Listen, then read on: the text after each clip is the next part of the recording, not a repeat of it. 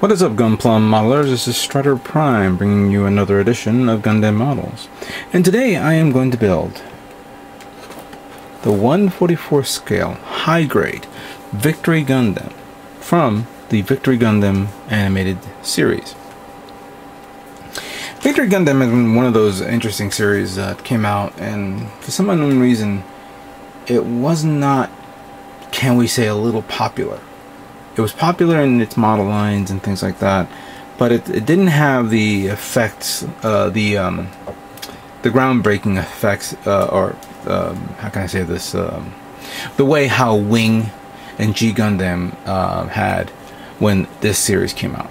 I know this series came out sometime before, I believe before G. I'm not 200% certain. I think it came out after X. I don't know my timeline. But it was a series that I remembered back in the mid 90s or something like that, and I remember the model kits. The 1/400 scale versions were very, very small, to the point where the polycaps did not go in all the way. It had a weird way of connecting parts together, to the point where the kit fell apart. The only way to get yourself a good kit was actually buying a 1/100 scale version of it. Now, a year ago I made 1/100 scale master grade version, which I would have been content to make it if it was a straight build. Unfortunately, I painted it, and realizing that lacquer-based paint is not a very good choice of paint when you want to paint it on inner frames.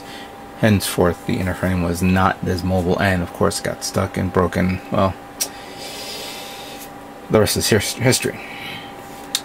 Of course, with the high grade, we're seeing some improvements of the technology that we have today.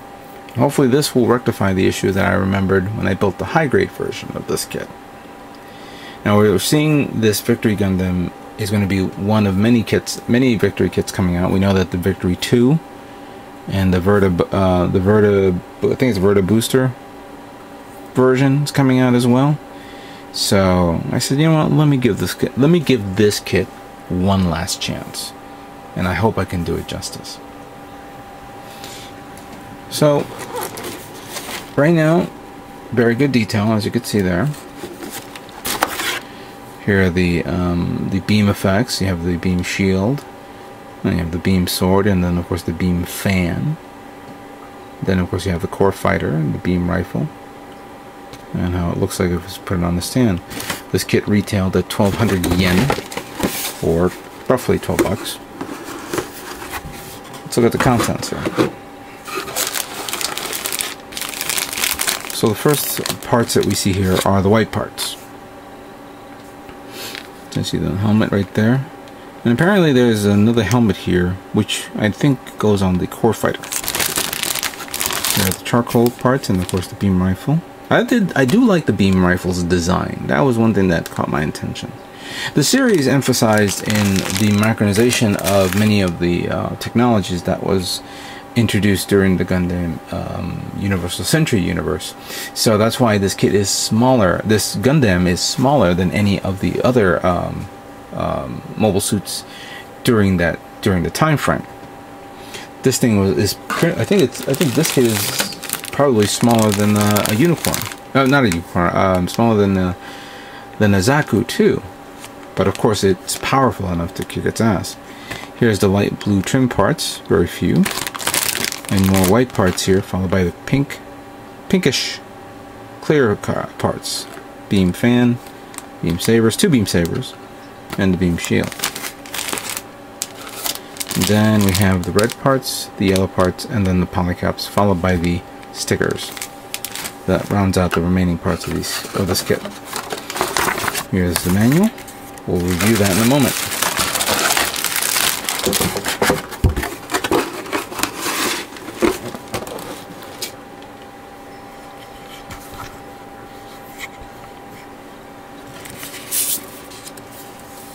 Now then, detailed information of this mobile suit. Opening up here, we have detailed information of the kit itself, history, and things like that. Some of the poses and features. And of course, besides the talking about the Victory, we're seeing now Double X, which recently came out, and then of course the Wing Gundam, which I just recently got as well. This is their campaign, of course, through the new series of Gundam Breakers, the Gundam Build Fighters, excuse me, where now they're re-releasing really cool kits, you know, a redesign of the classic kits. Here are the parts, the list of parts that you'll need to build this kit. Then the manual dictates to build the torso, the head, the arms, followed by the legs, and then the waist unit, and then of course final assembly of the kit going up to here. And then of course, and this part here is to create or build the core fighter.